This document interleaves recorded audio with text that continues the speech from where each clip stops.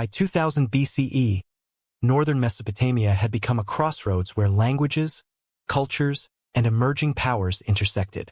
By the early 2nd millennium BCE, the region between the upper Euphrates and the Tigris rivers formed a transitional zone linking Anatolia, the Levant, and southern Mesopotamia.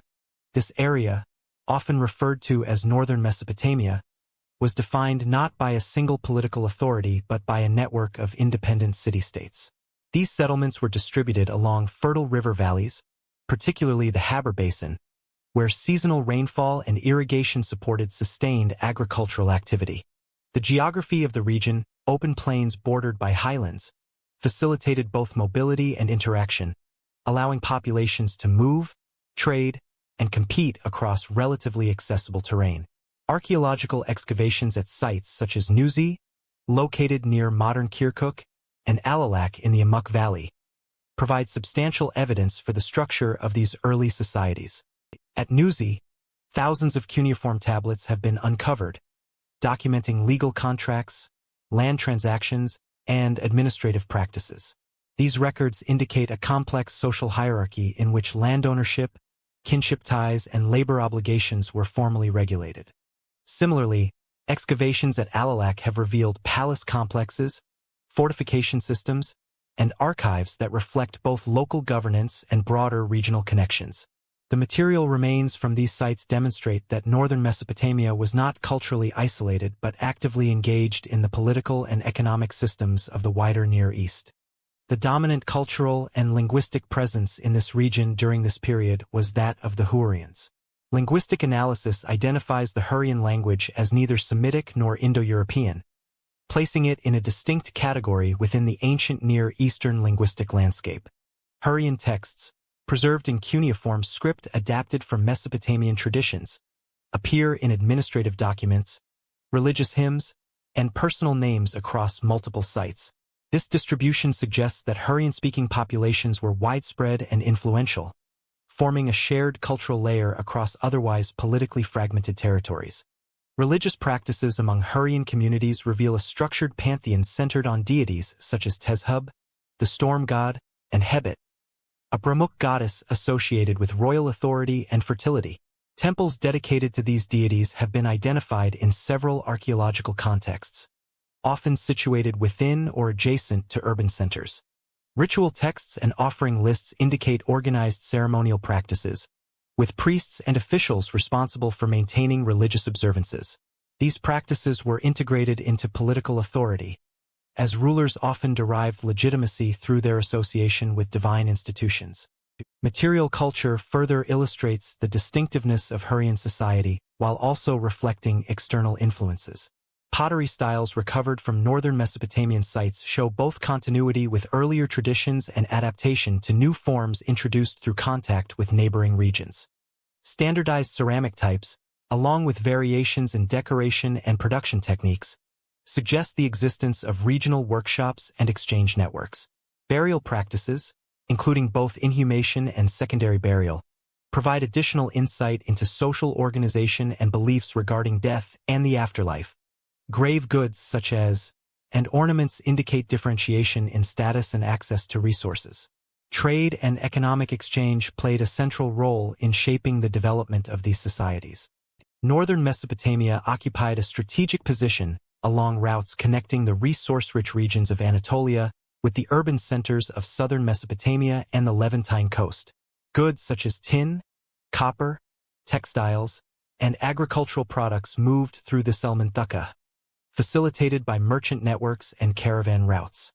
Records from sites like Mari, located along the Middle Euphrates, describe diplomatic correspondence and trade agreements involving northern polities. These texts indicate that rulers actively engaged in managing trade flows, negotiating alliances, and responding to shifting political conditions. Political organization during this period remained decentralized, with authority concentrated at the level of individual city-states. Each center was governed by a local ruler, often referred to in texts as a king, although the scale of their power varied significantly. These rulers maintained control over surrounding al-Aradhi Zurariya and populations, supported by administrative officials and military retainers. Alliances between city-states were common, formed through marriage, treaties, and mutual defense agreements. However, these arrangements were often temporary, as competition for resources and strategic mokon frequently led to conflict. Records indicate that external powers also exerted influence over the region. The old Assyrian Targovra Colonia in Anatolia, particularly at Kanesh, demonstrate the presence of long-distance trade networks that extended into northern Mesopotamia. Assyrian merchants established commercial enclaves, operating under agreements with local authorities. At the same time, Amorite dynasties, originating from western regions, expanded into parts of Mesopotamia, introducing new political dynamics. These overlapping spheres of influence contributed to a complex and fluid geopolitical environment. Archaeologists uncovered fortification systems at several sites, suggesting a persistent need for defense and control over territory. Walls constructed from mud brick, often reinforced with towers and gates, indicate organized labor and planning. These defensive structures were not only responses to external threats but also symbols of political authority. Control over fortified centers allowed rulers to regulate trade, protect resources, and project power within their monarchic. The cumulative evidence from texts, material culture, and settlement patterns indicates that northern Mesopotamia in the early 2nd millennium BCE functioned as an interconnected yet fragmented landscape. Cultural cohesion, particularly through the распространение of Hurrian language and religious practices, coexisted with political division. This combination of shared identity and decentralized authority created conditions in which new forms of political organization could emerge. As Hurrian societies expanded and interacted with neighboring regions, new external influences began to reshape their political trajectory. By the 16th century BCE, a new ruling elite introduced unfamiliar linguistic and religious elements into northern Mesopotamia. Between the 17th and 16th centuries BCE, northern Mesopotamia began to exhibit evidence of a distinct transformation within its ruling structures. While the broader population remained predominantly Hurrian in language and culture, a series of textual and linguistic indicators point to the presence of an Indo-Aryan speaking elite. This development is not attested through large-scale migration layers in the archaeological record, but rather through specialized terminology, royal naming conventions, and diplomatic inscriptions preserved in cuneiform archives. These sources suggest the emergence of a socially and militarily dominant class that introduced new elements into the existing Hurrian framework. One of the most significant bodies of evidence comes from the so-called Kikili text, a horse training manual attributed to a Mitanni specialist named Kikili. This text, written in Hittite but incorporating numerous technical terms, preserves Indo-Aryan words related to equine conditioning and chariotry. Terms such as Ika, 1, Terra, 3, and Panza, 5, appear in the context of training regimens, indicating a specialized vocabulary used within elite military circles. The presence of these terms suggests that the knowledge system associated with horse training, an essential component of chariot warfare, was transmitted through an Indo-Aryan linguistic tradition. Records indicate that such manuals were not generic instructional texts but highly controlled knowledge, likely restricted to trained specialists serving ruling authorities. Further evidence emerges from diplomatic treaties, particularly those involving Mitanni rulers and neighboring powers. In one notable treaty between the Mitanni king Shaddawaza and the Hittite ruler Suppiluliuma I, a series of deities are invoked as witnesses to the agreement. Among these are names identifiable as Indo-Aryan gods: Mitra, Varuna, Indra, and the Nasakyas. These deities do not belong to the Hurrian or Mesopotamian pantheon, and their inclusion in formal state documents indicates that they held significance within the ruling elite. According to treaty conventions of the ancient Near East, divine witnesses were selected based on their perceived authority and relevance to the parties involved. The invocation of these gods therefore reflects an established tradition within Mitanni royal ideology. Royal names further reinforce this pattern. Names such as Shatarna, Ardatama, and Tushratta exhibit linguistic features that have been analyzed as containing Indo-Aryan elements, particularly in their phonetic structure and morphological components. While these names are recorded in cuneiform, which adapts foreign sounds into Akkadian writing conventions, comparative linguistic studies identify parallels with Indo-Aryan naming patterns, This suggests that the ruling Khandan of Mitanni maintained a distinct identity, at least in part, through naming practices that differed from the surrounding Hurrian population. Despite these indicators, the Indo-Aryan presence appears to have been limited in scope, concentrated within elite and specialized contexts rather than the general population.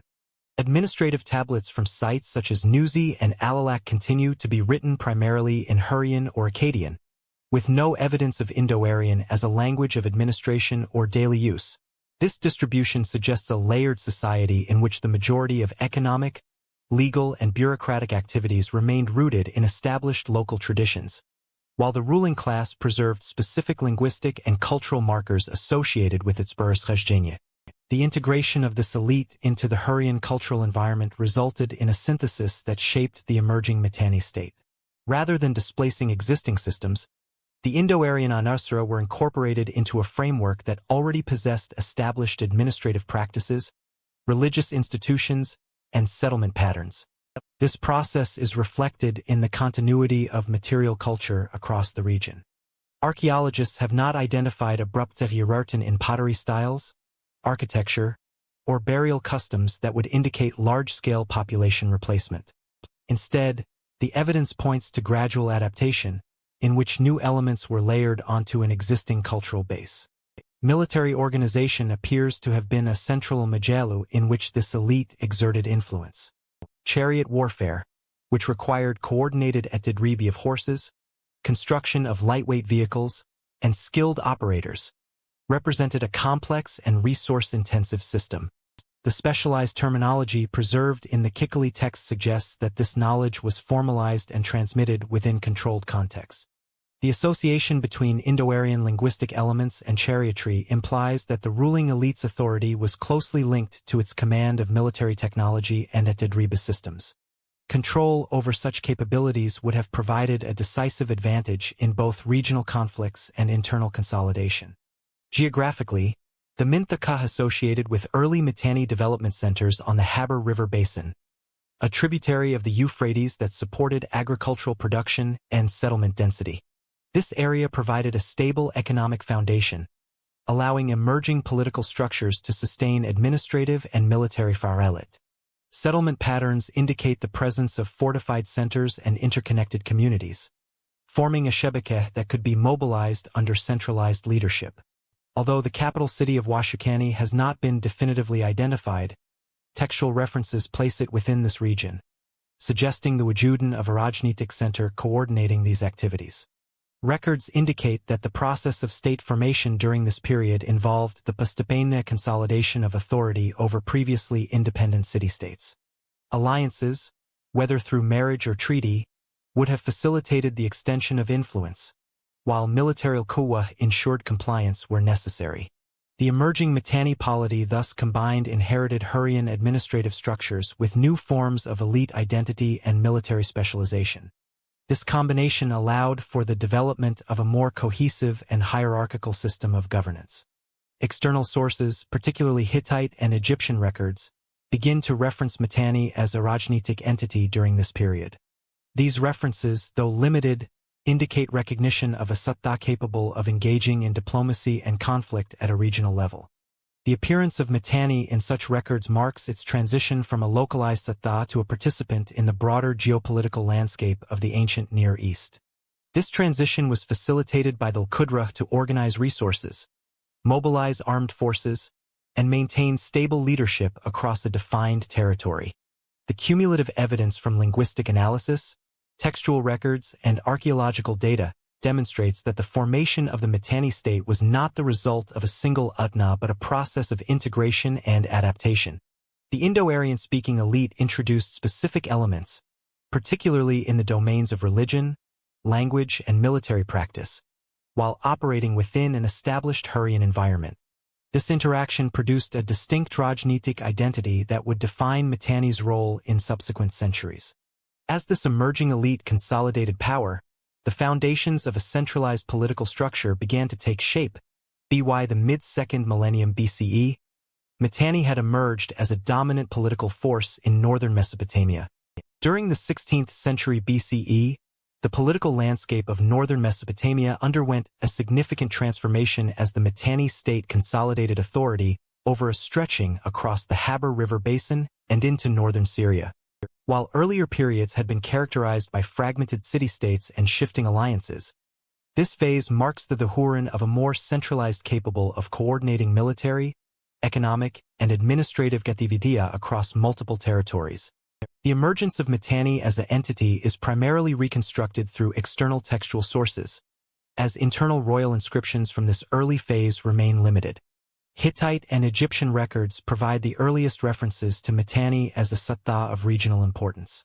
Hittite annals, particularly those associated with campaigns in eastern Anatolia and northern Syria, describe encounters with a polity identified as Hanagalbat, a term widely understood to refer to the Mitanni kingdom. These records indicate that Mitanni exercised control over strategically significant territories, including routes connecting Anatolia with the Levant. Egyptian sources, especially from the early 18th dynasty, also reference a northern Shakti that contested influence in Syria. Although these accounts often reflect the perspective of rival powers, they consistently portray Mitanni as an NLY-capable Raja. The Rajnitic consolidation of Mitanni is associated with early rulers such as Kurta and Shatarna I, whose names appear in later genealogical references and diplomatic contexts. Direct inscriptions from their reigns are scarce, but their asthitva is inferred through subsequent records that trace lines of succession and Rajkeel legitimacy. These early kings are understood to have played a central role in unifying previously territories under a single.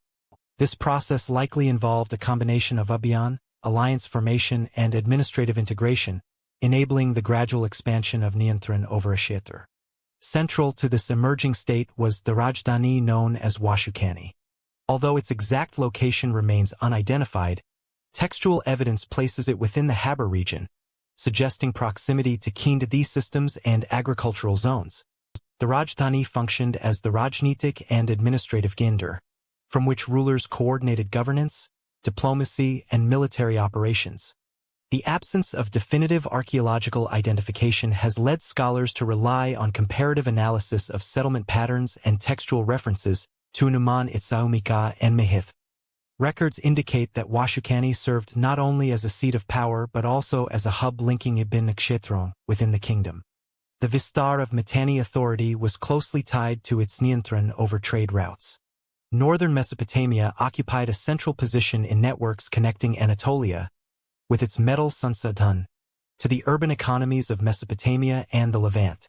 By asserting Niantran over these corridors, Mitanni rulers were able to regulate the movement of goods, such as tin, copper, textiles, and agricultural products.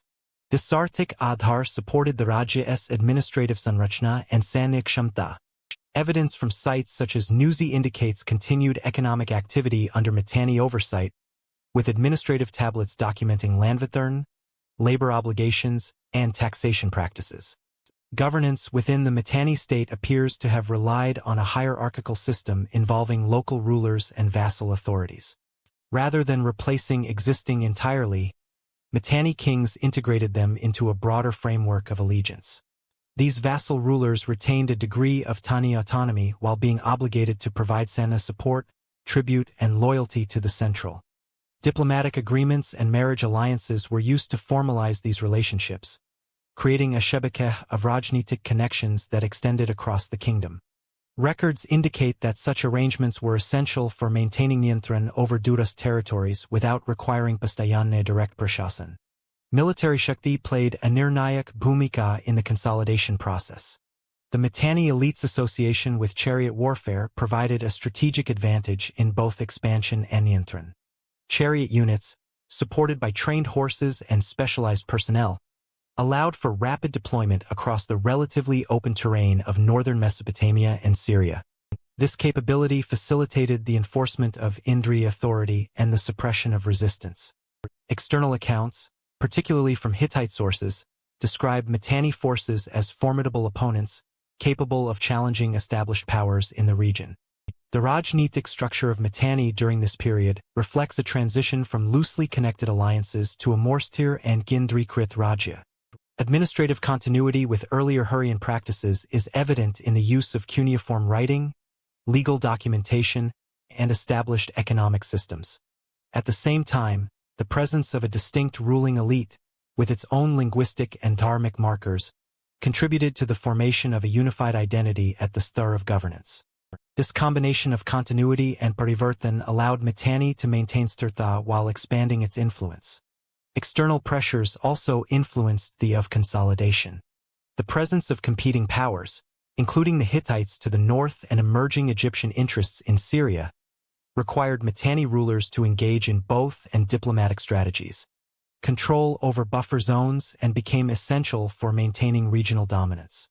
Records indicate that Mitanni was able to establish itself as a Pramukh Shakti by balancing these pressures, asserting influence where possible while negotiating alliances when necessary. Archaeologists have identified evidence of fortified settlements and centers across the region, suggesting an organized approach to territorial control. These sites, often strategically located along rivers or yapar routes, served as nodes within a broader network of. The construction and maintenance of such centers required coordinated labor and resource allocation, further indicating the presence of centralized planning. Material remains, including storage facilities and prashasnik buildings, support the interpretation of Invixit state apparatus. By the end of the 16th century BCE, Mitanni had effectively transitioned from a regional Shakti into a structured kingdom with defined Rajnitic and territorial boundaries. It's extended across northern Mesopotamia and into Syria, supported by a combination of Zanna capability, Arctic resources, and administrative organization. External recognition of Mitanni as a Pramukh Shakti further confirms its position within the geopolitical framework of the ancient Near East. With political consolidation achieved, Mitanni rulers turned toward defining religious and cultural systems that reinforced their authority. Mitanni's rulers invoked gods from two distinct cultural worlds to legitimize their authority. By the height of Mitanni political consolidation in the 15th to 14th centuries BCE, the kingdom exhibited a dharmic and linguistic system that reflected both continuity with Hurrian traditions and the persistence of Indo-Aryan elements within its ruling elite.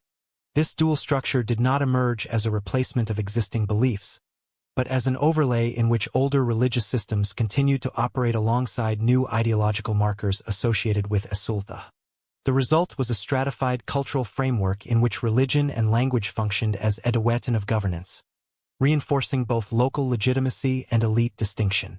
The broader population of the Mitanni kingdom adhered primarily to Hurrian religious traditions, which had been established in northern Mesopotamia prior to the rise of Mitanni political authority. Central to this system was the worship of Tezhub, the storm god, who occupied a Pramukh position within the Hurrian pantheon. Archaeological evidence from temple sites, particularly in regions associated with Hurrian Thakurfeh, indicates that Tezhub was linked to royal Shakti, agricultural fertility, and atmospheric control. His consort, Hebet, is frequently attested in inscriptions and ritual contexts as a goddess associated with kingship and dynastic continuity. These deities were integrated into temple complexes that served as both dharmic and administrative centers, where offerings, festivals, and ritual obligations were systematically organized. Records indicate that religious institutions were closely tied to political sulta. Temple administrations managed land, labor, and resources, functioning as economic as well as spiritual entities. Clay tablets from sites such as Alalak and Nuzi document the allocation of grain, livestock, and personnel to temple authorities, suggesting that religious and administrative systems were interconnected. Priests and officials operated within a structured hierarchy, overseeing rituals that reinforced the authority of Tanir rulers while maintaining continuity with established Hurrian practices. This armic infrastructure provided a stable foundation upon which Mitanni rulers could build their shasan. Within this predominantly Hurrian framework, the Mitanni elite maintained distinct religious elements that can be identified through textual evidence, particularly in diplomatic contexts. One of the most significant examples is the treaty between the Mitanni ruler Shadiwaza and the Hittite king Suppiluliuma I. In this document, a series of divine witnesses is invoked to guarantee the terms of the agreement. Among these are deities identifiable as Indo-Aryan in origin: Mitra, Varuna, Indra, and the Nasatyas. These names do not appear in standard Hurrian or Mesopotamian pantheons, and their inclusion reflects a deliberate choice by the ruling elite to draw upon a separate Aramic tradition. According to diplomatic conventions of the Late Bronze Age, treaties were validated through the invocation of gods recognized by both parties as authoritative. The presence of Indo-Aryan deities in such a context indicates that they held significance within the ideological framework of the Mitanni ruling class.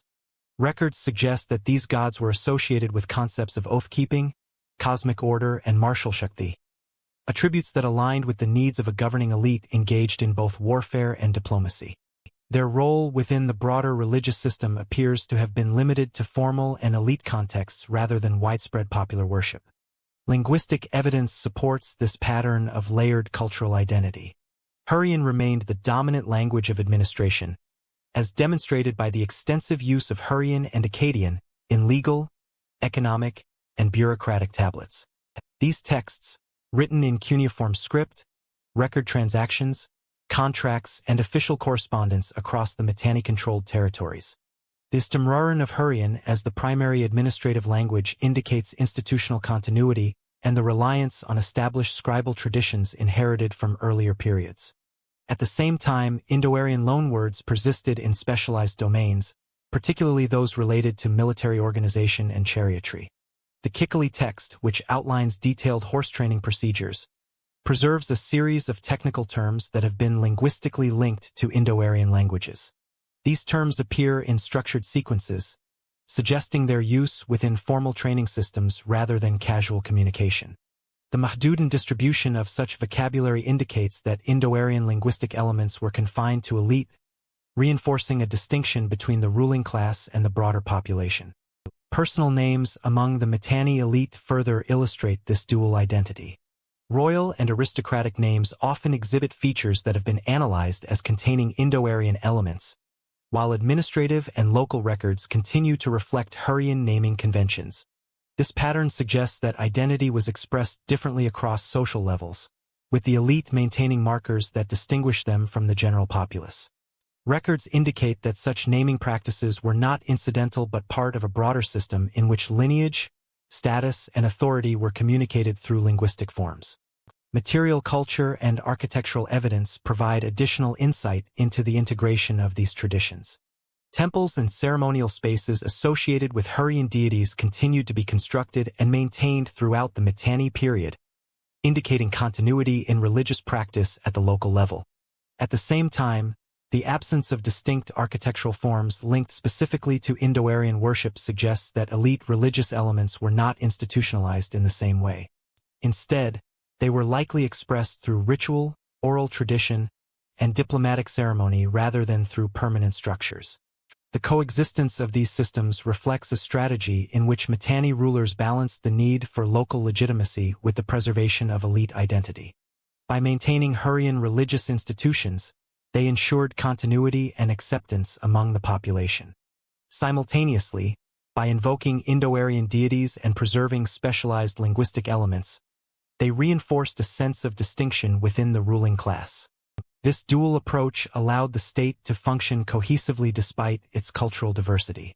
Archaeologists uncovered inscriptions and administrative records that demonstrate the Istamraran of the Sen-Nizami across multiple generations of Mitanni rule.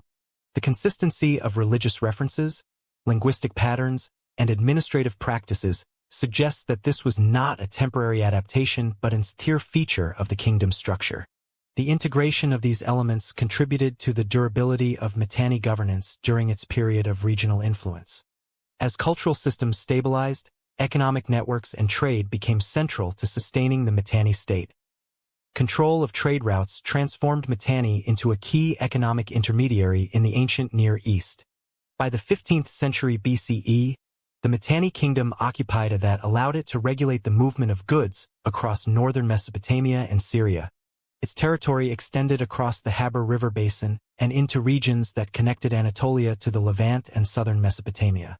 This geographical position placed Mitanni along major overland trade corridors, enabling it to function as an intermediary between resource-producing Monarchica and consumption centers. Records indicate that control over these routes was not incidental but actively maintained through administrative oversight and political authority. The foundation of Mitanni rested on a combination of agriculture and long-distance trade. The Habur region, characterized by its tributary system and seasonal rainfall, supported the cultivation of crops such as barley and wheat.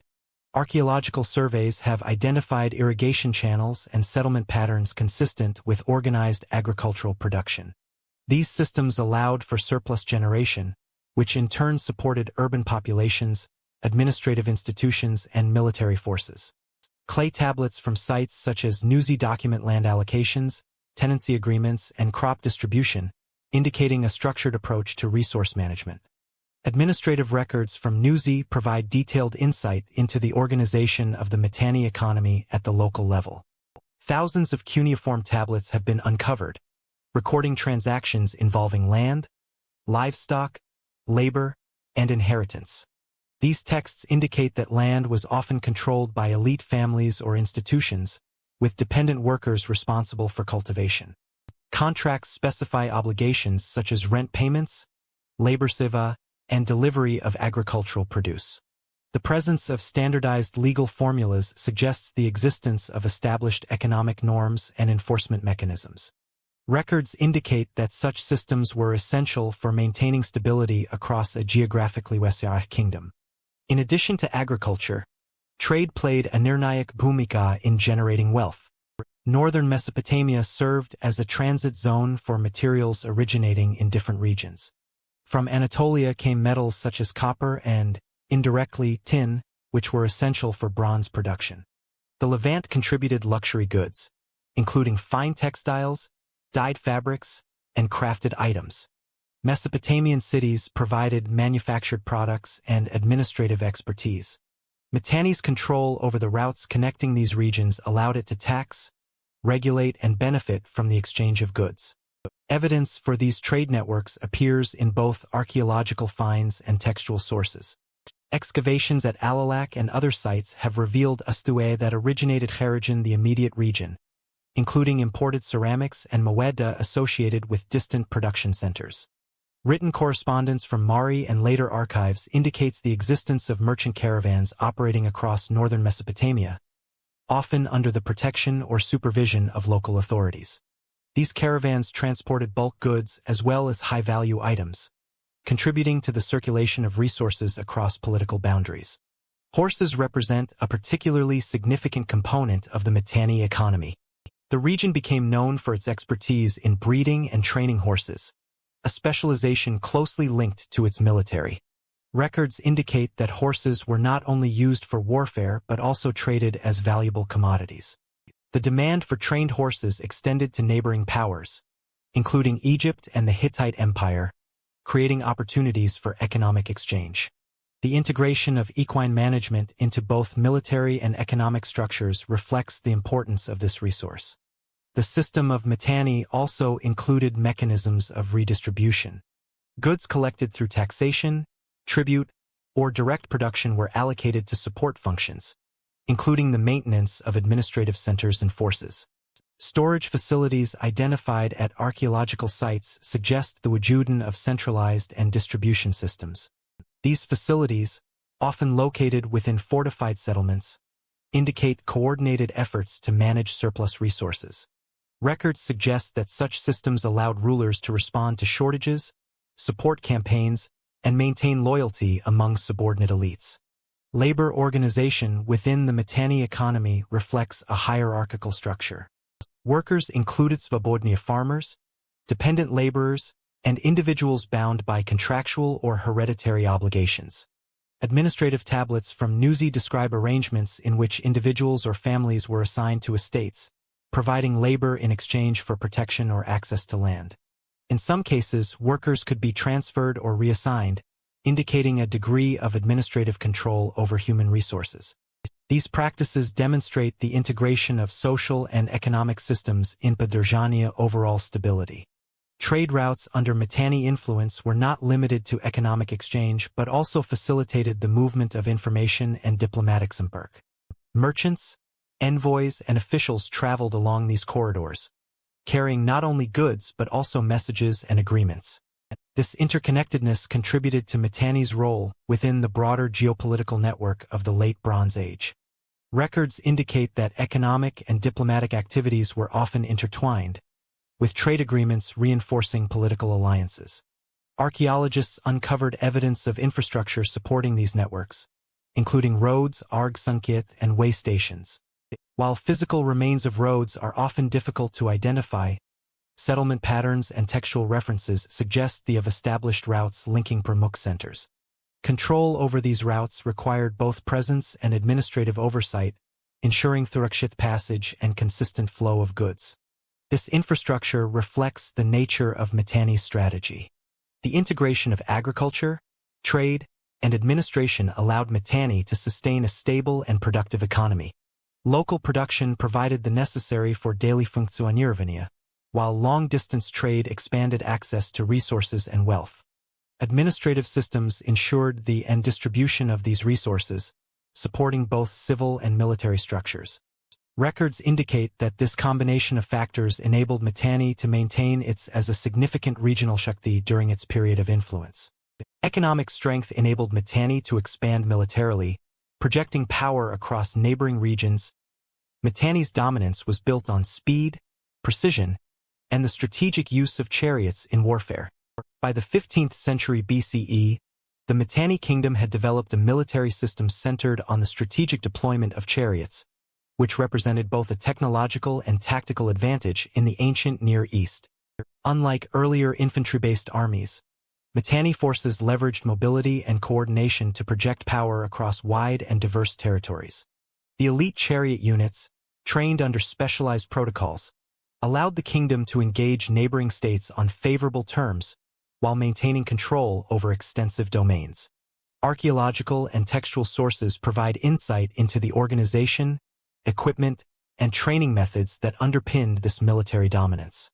The Kikili horse training manual, preserved in Hittite cuneiform archives, is among the most detailed surviving documents on equine management from this period. The text outlines a rigorous regimen for conditioning horses, including systematic intervals of exercise, dietary requirements, and rest periods. These procedures reflect a sophisticated understanding of animal physiology and emphasize endurance, speed, and maneuverability, all critical factors for effective chariot deployment. The manual also prescribes methods for synchronizing multiple horses in a single chariot, indicating the importance of precision coordination in battlefield scenarios. Records suggest that such knowledge was maintained within a specialized corps, reinforcing the exclusivity and status of the chariot elite. Chariots themselves were constructed using lightweight materials, combining wooden frames with leather components to balance durability and speed. Archaeological evidence from contemporaneous sites in northern Mesopotamia suggests the use of spoked wheels, a technological innovation that enhanced mobility over varied terrain. Chariot crews typically consisted of a driver and a warrior armed with bow and spear, enabling both rapid movement and offensive capability. The organization of these units required careful logistical planning, including maintenance, horse breeding, and supply management, which was facilitated by centralized state structures. Military campaigns under rulers such as Tushratta demonstrate the strategic application of this force. Textual sources, including later Assyrian annals, describe Mitanni incursions into neighboring territories, culminating in the sack of Ashur. These campaigns were coordinated operations, integrating chariot units with infantry contingents to secure key urban centers and trade routes. Control over fortified settlements along rivers and strategic passes further reinforced the ability to project power across northern Mesopotamia and Syria. Archaeologists have documented remnants of fortifications, indicating the importance of defending logistical and political nodes that supported military operations. Mitanni expansion was not limited to Assyria but extended into contested regions of Syria, where it engaged both local polities and emerging powers such as Egypt and the Hittites. Diplomatic records, including treaties and correspondence, attest to both military confrontation and negotiated settlements, reflecting the kingdom's capacity to leverage force and diplomacy in tandem. Military strength, particularly in the form of chariot-based units, underpinned Mitanni's bargaining position, allowing it to influence regional alliances and secure economic advantages along critical trade routes. The hierarchical structure of the Mitanni military mirrored the broader social stratification of the kingdom. chariot operators were drawn from the elite class, trained from an early age in specialized techniques.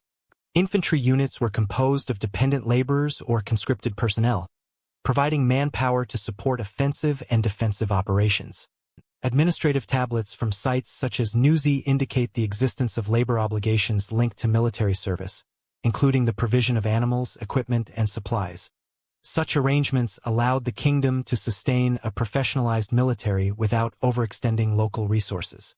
Logistics and supply networks were central to the effectiveness of Mitanni campaigns. Coordination of horse breeding, fodder distribution, and equipment maintenance required a bureaucratic infrastructure capable of planning and executing complex operations.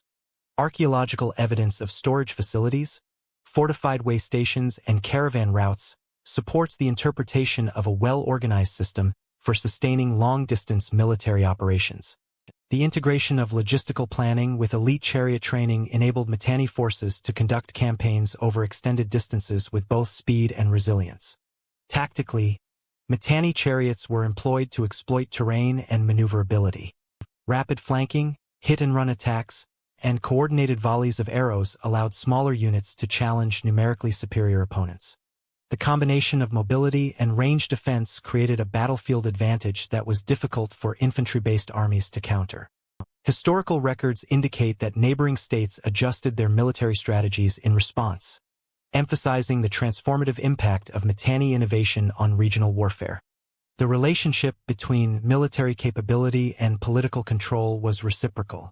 The ability to field and maintain elite chariot forces reinforced centralized authority, while territorial expansion provided access to the resources necessary to sustain military infrastructure.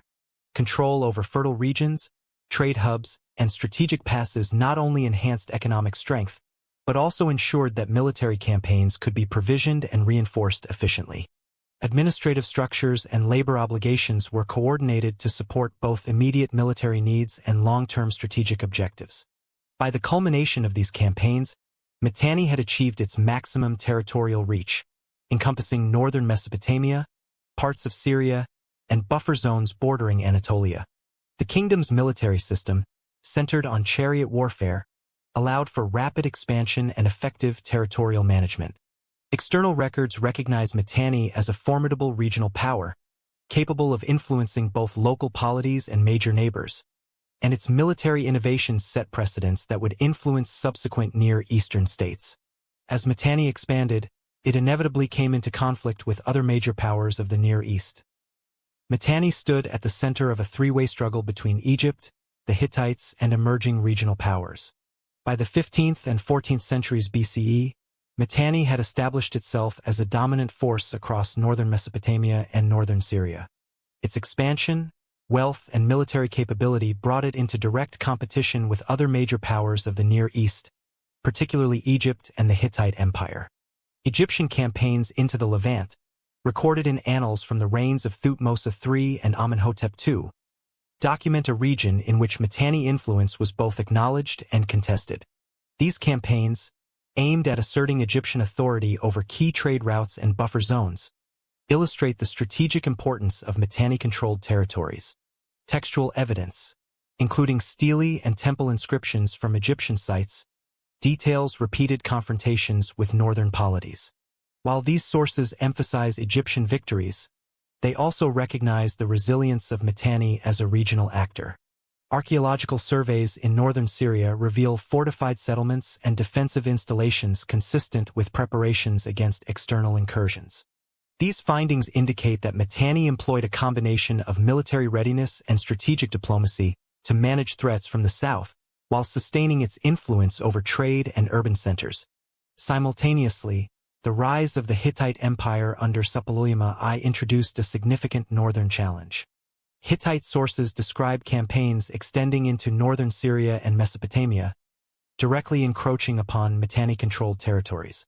The Hittite military, also organized around chariotry and infantry, engaged in both sieges and open-field confrontations, compelling Mitanni rulers to respond strategically. These conflicts often involved the capture of key cities, temporary occupation, and reassertion of authority through negotiated settlements or tribute arrangements. Diplomatic correspondence provides critical insight into the interactions between Mitanni, Egypt, and the Hittites.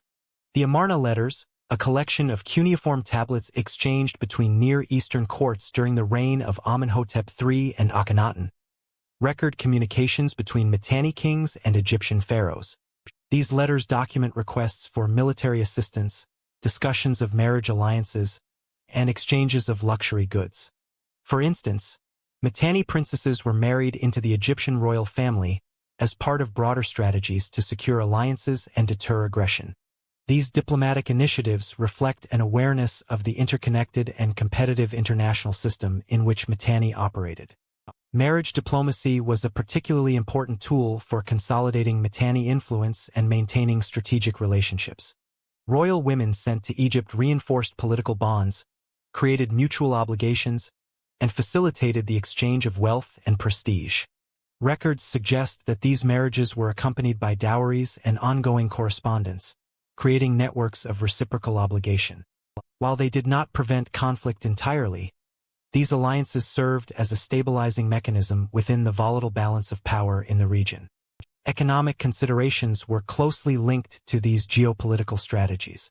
Control over trade routes connecting Anatolia, northern Syria, and Mesopotamia made Mitanni territories a focal point of regional contention. Egyptian campaigns and Hittite incursions were often motivated as much by access to these resources as by territorial expansion. Administrative tablets from Nuzi and Alalak demonstrate the circulation of goods such as metals, textiles, and horses, highlighting the material stakes involved in regional diplomacy and warfare. Mitanni's ability to regulate and protect these resources underpinned both its economic and political influence. The Mitanni military, particularly its chariot units, played a central role in these conflicts. Textual sources describe the deployment of elite forces to deter incursions, enforce authority over vassal territories, and participate in coordinated campaigns with allies.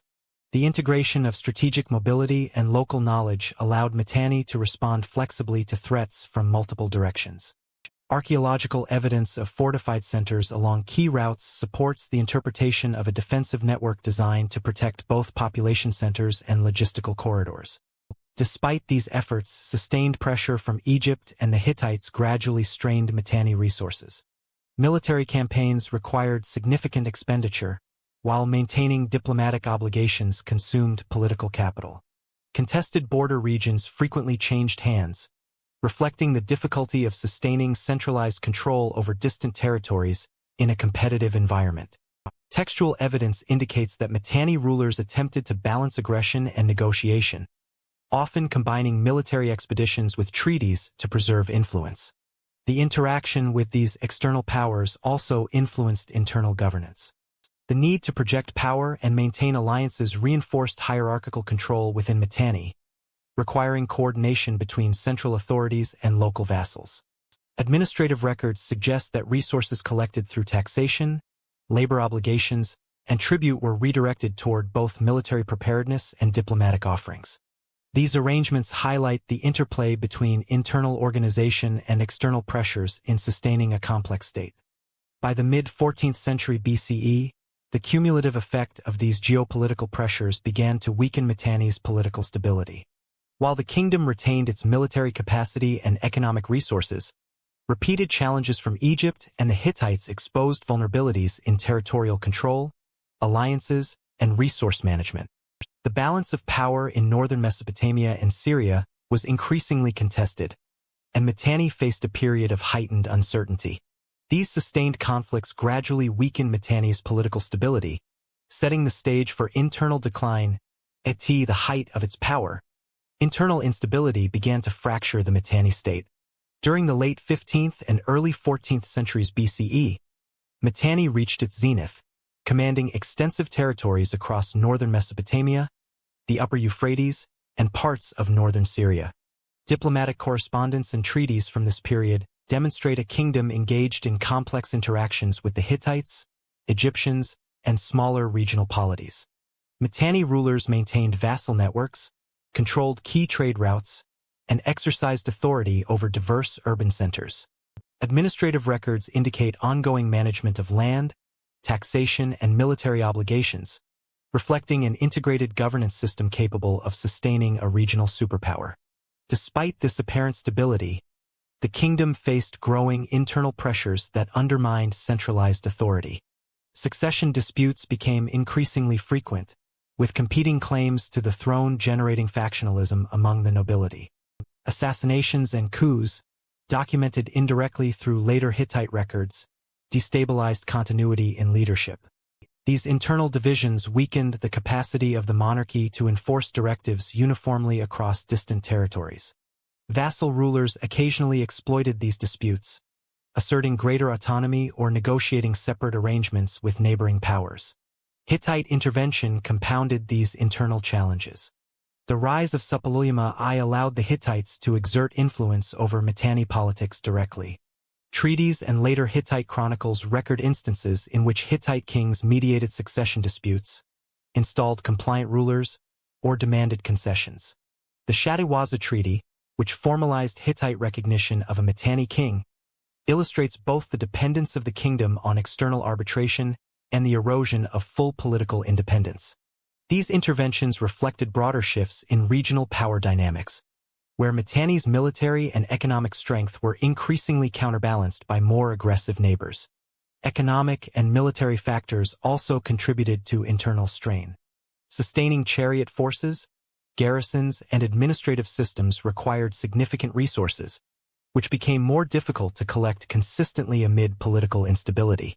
Recurrent challenges to central authority disrupted trade, diverted revenue, and occasionally interfered with agricultural production. Administrative tablets from key sites indicate irregularities in land tenure and tribute obligations during periods of contested succession, suggesting that fiscal and organizational stability was closely tied to dynastic coherence.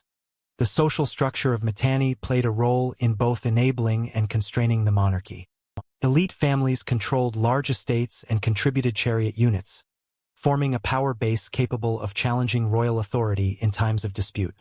While the integration of Hurrian and Indo-Aryan traditions had previously reinforced elite identity and loyalty, factionalism among these groups intensified during periods of contested succession. This dynamic highlights the interplay between social hierarchy and political stability, showing how elite interests could both support and destabilize centralized governance. Despite these internal challenges, Mitanni continued to exercise influence diplomatically. Marriage alliances, correspondence with Egypt, and negotiated settlements with neighboring states sustained a degree of regional authority. These measures preserved the kingdom's capacity to act as a political actor, even as the coherence of its internal structures weakened. The careful balancing of diplomacy and military presence allowed Mitanni to delay immediate collapse while facing multiple pressures simultaneously. The kingdom's military remained a critical component of resilience during this period.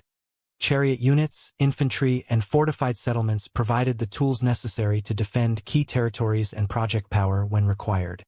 However, coordination between military and political leadership was often disrupted by succession disputes, limiting the effectiveness of campaigns and reducing the deterrent value of Mitanni forces. In some cases, regional governors and vassal rulers assumed de facto control over local military units, reflecting the decentralization of authority that accompanied political fragmentation. Cultural and religious institutions continued to function but were affected by the shifting political landscape. Temples and elite ceremonial practices remained active, reinforcing continuity in symbolic and administrative systems. Yet, the influence of the monarchy over these institutions diminished as competing factions sought to assert their authority or negotiate independence. Inscriptions and ritual texts from the period reveal continuity in formal practices, but their implementation increasingly depended on local power structures rather than direct royal command. By the mid-14th century BCE, the cumulative impact of internal division, contested successions, and external pressures had substantially reduced Mitanni's capacity for unified action. While the kingdom retained its prestige and maintained nominal control over extensive territories, its internal cohesion was compromised. Fragmentation at both the elite and administrative levels limited the ability of rulers to mobilize resources, enforce loyalty, or respond effectively to external threats. This period illustrates the vulnerability of even a militarily sophisticated and economically integrated state to internal political dynamics. Mitanni's experience demonstrates how succession disputes, elite factionalism, and external intervention can erode the effectiveness of centralized authority, even at the height of territorial expansion and regional influence. Administrative, military, and diplomatic structures, previously coordinated under strong rulers, became increasingly decentralized and contested. As internal cohesion collapsed, external forces moved to dismantle the remaining structures of the kingdom. By the end of the 14th century BCE, Mitanni had ceased to exist as an independent power. By the late 14th century BCE, Mitanni's position as a regional power had deteriorated under sustained pressure from both the Hittites and the rising Assyrian state. Hittite campaigns under Suppiluliuma I and his successors systematically undermined Mitanni authority, reducing the kingdom to a vassal state. The Shadiwaza Treaty, in which Mitanni kings acknowledged Hittite overlordship, formalized this loss of autonomy. Textual records from Hittite archives document both military operations and administrative oversight imposed on Mitanni territories, indicating that external powers now controlled key political and economic functions previously managed by local rulers. The weakening of Mitanni's central authority made the kingdom increasingly vulnerable to Assyrian expansion. During the reigns of Adad-nirari I and Shalmaneser I, Assyria undertook campaigns that absorbed former Mitanni territories into its growing empire. Assyrian inscriptions detail the capture of fortified cities, conquest of strategic routes, and imposition of tribute, confirming the systematic dismantling of Mitanni's political infrastructure. Archaeological evidence from northern Mesopotamia and the upper Euphrates shows destruction layers consistent with military campaigns, including burned settlements, collapsed fortifications, and abandoned administrative centers, marking the violent process of assimilation. The capital city, Washukani, disappears from the historical record during this period. Despite multiple attempts, its precise location remains unidentified, but textual references suggest it was a central node for both administration and diplomacy. Its disappearance signals the effective termination of Mitanni as a coherent political entity. The loss of the capital, combined with the absorption of territories by external powers, demonstrates the irreversible nature of the kingdom's collapse. Mitanni's military and economic systems, which had supported territorial expansion and regional influence for centuries, were dismantled under these pressures. Chariot forces, previously a defining element of Mitanni's military dominance, were either destroyed, captured, or incorporated into the Hittite and Assyrian armies. Trade networks were redirected under new administrative control, and taxation systems formerly managed by Mitanni rulers were replaced by external authorities. The integration of these systems into larger imperial frameworks marks the final stage of the kingdom's decline. Despite the political collapse, Mitanni's cultural imprint persisted. Hurrian traditions, Indo-Aryan elements, and administrative practices influenced successor states and neighboring polities.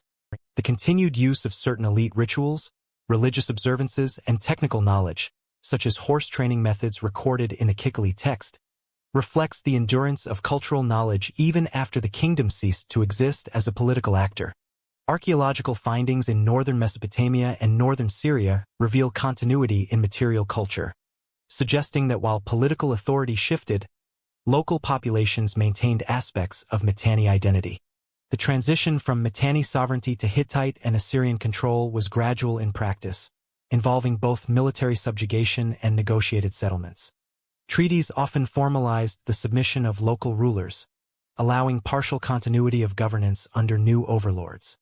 However, the kingdom's capacity to operate independently was eliminated, as strategic decisions, military operations, and economic management were now dictated by external powers. Textual records indicate that this process was reinforced through both coercion and administrative restructuring. By the end of the 14th century BCE, Mitanni's transformation from an expansive, militarily sophisticated kingdom to a vassal and eventually absorbed region illustrates the interplay between internal weakness and external pressures. Succession disputes, elite factionalism, and economic strains had previously eroded centralized control, leaving the kingdom susceptible to conquest. Hittite and Assyrian interventions completed this process, ending Mitanni's status as an independent state while integrating its lands into emerging imperial structures. Although Mitanni ceased to exist politically, its historical presence continued to influence the region. Hurrian religious practices, administrative conventions, and technological innovations such as chariot tactics remain significant in the strategies and cultural systems of subsequent Near Eastern powers. The legacy of Mitanni provides insight into the mechanisms by which smaller states could exert influence, achieve temporary dominance, and contribute to the development of larger empires through both cultural transmission and strategic innovation. Although the kingdom fell, its cultural and historical influence continued beyond its political existence.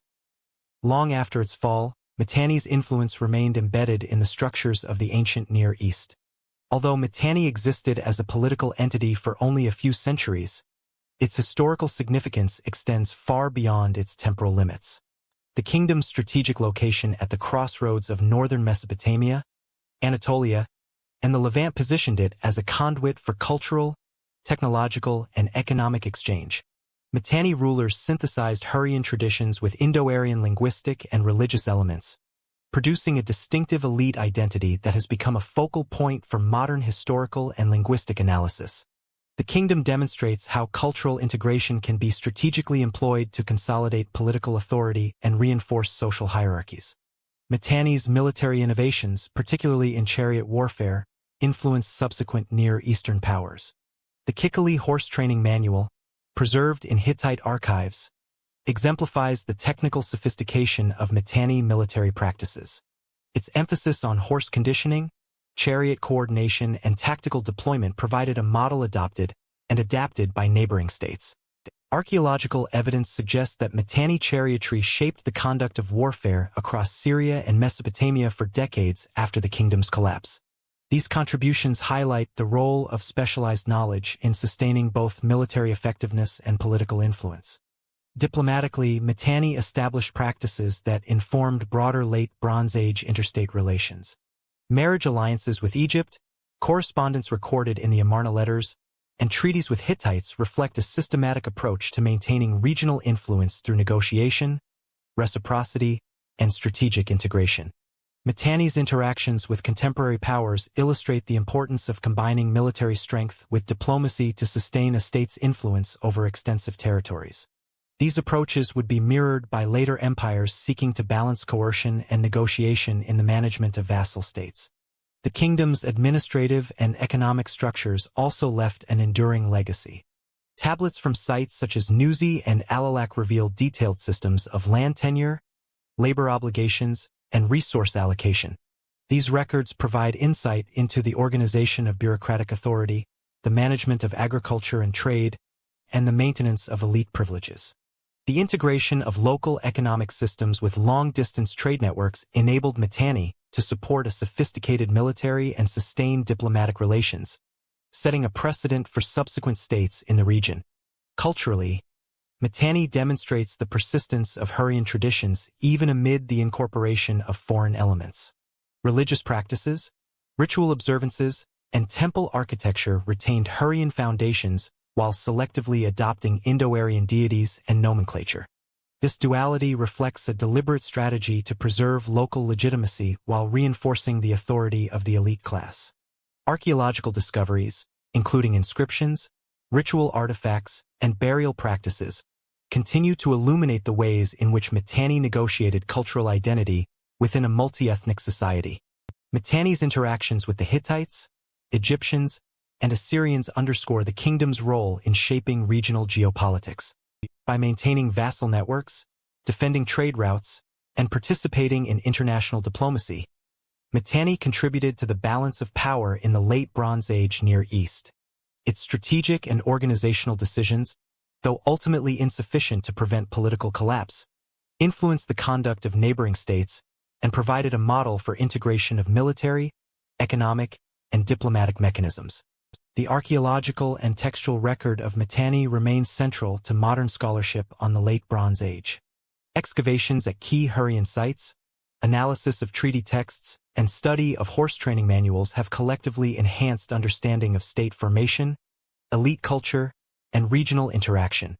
Linguistic analysis of Indo-Aryan elements within Mitanni treaties provides insight into patterns of migration, cultural contact, and elite adoption of foreign practices. These contributions illustrate the broader methodological importance of Mitanni studies for reconstructing ancient Near Eastern history. Mitanni's enduring significance also lies in the lessons it provides about the vulnerabilities of states. Internal divisions, succession disputes, and pressures from stronger neighbors highlight how political fragmentation can undermine even militarily advanced and economically prosperous kingdoms. The kingdom's eventual absorption by the Hittites and Assyrians demonstrates the limits of military technology, diplomacy, and administrative capacity in the face of sustained external pressures. Scholars continue to examine these dynamics to understand state resilience and collapse in the ancient world. In conclusion, Mitanni exemplifies how a culturally diverse and strategically positioned state could achieve regional prominence in the Late Bronze Age. Its integration of Hurrian and Indo-Aryan elements, innovations in chariot warfare, sophisticated diplomacy, and administrative organization collectively contributed to a legacy that extended far beyond the kingdom's brief political lifespan. By preserving material, textual, and cultural records, Mitanni provides a lens through which scholars can explore the interplay of military, economic, and cultural factors in ancient statecraft. The study of Mitanni continues to evolve as new discoveries reshape our understanding of the ancient world. If you found this exploration of the Mitanni compelling, consider subscribing for more deep dives into the civilizations that shaped the ancient world. Hit the notification bell to follow our chronological journey through history, and share this video to help others discover the lost kingdoms and empires of the Near East. Your engagement supports ongoing research-based storytelling and keeps the past alive for curious minds everywhere.